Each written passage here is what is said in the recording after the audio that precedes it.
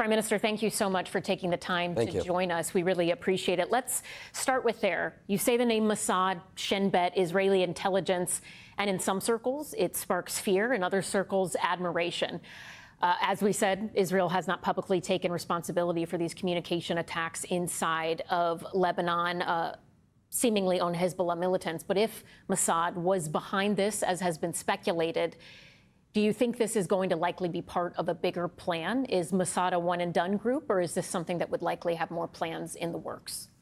I don't know who did this, but I wish and hope they do much more because it's a blessing to kill terrorists.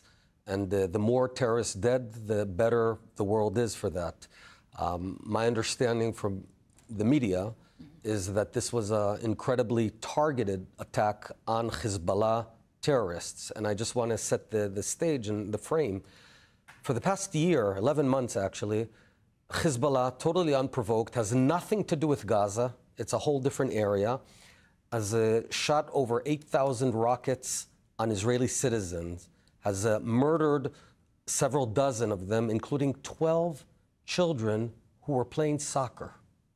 12 Israeli children who were playing soccer.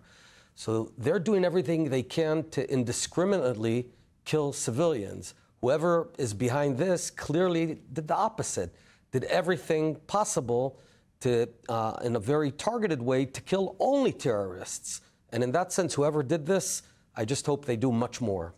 If you were Prime Minister right now, knowing what Nasrallah has now said, vowing to retaliate, claiming that all red lines have been crossed here, would you have given the order to Mossad to say, OK, carry something out like this inside of Lebanon? Or do you think this really does put Israel in a position where there could be a full-fledged war on the northern border? Well, I have news. There already is a full-fledged war. Imagine the state of Florida being evacuated by all its people and having 8,000 rockets shot at Florida and Miami and everywhere there, killing children in Florida. That's exactly our situation, and we did nothing to Hezbollah. We've been restrained and restraining ourselves, and the attack tonight of the IDF on 1,000 rocket barrels, I think, should be the beginning.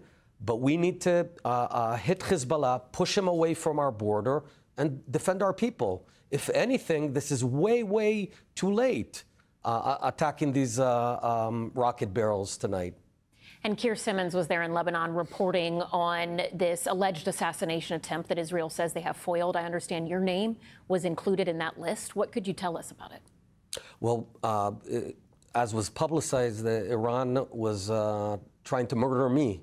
And they found some operative in Israel, paid him money to kill me, and that's because they know that I'm after them. And, you know, I introduced about a decade ago the idea that we have to go after the head of the octopus, which is Tehran, and not only fight the arms of the octopus, which are Hezbollah, Hamas, and all the Houthis and these proxies. They don't like that, and I guess that's why they're trying to do that. You know, when we're talking about the history of Mossad and operations, they have been speculated, sometimes publicly, like Eichmann saying, yes, we were involved in that. But these elaborate covert operations they've been able to carry out.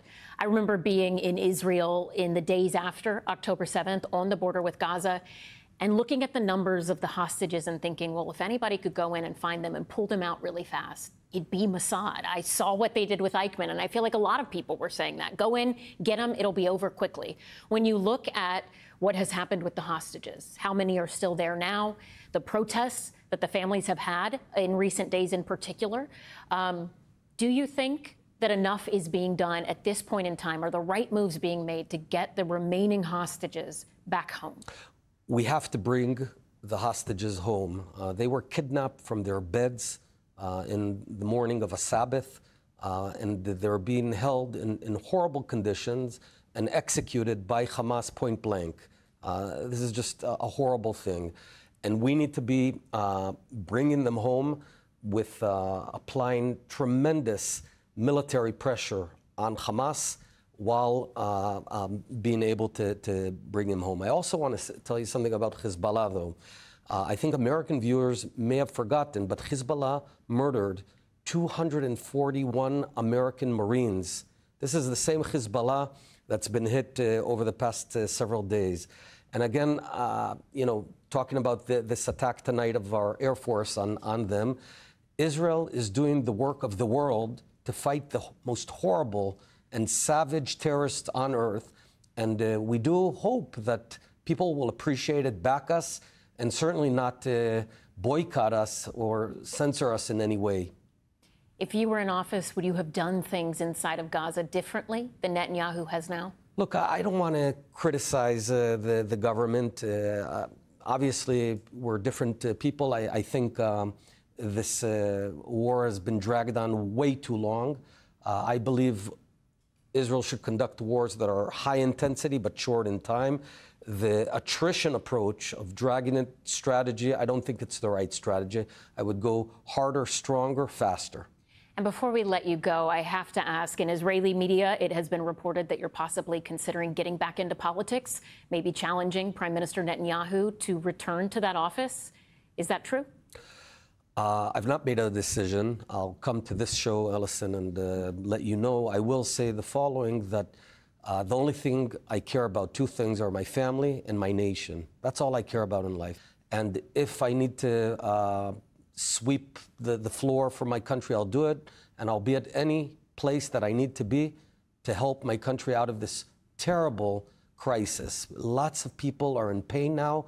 Lots of Israelis are suffering because of the lack of leadership, and I'll do anything necessary to help them. Right. Former Israeli Prime Minister Naftali Bennett, thank you. We appreciate you joining Top Story. Thank you, Ellison. Thank you.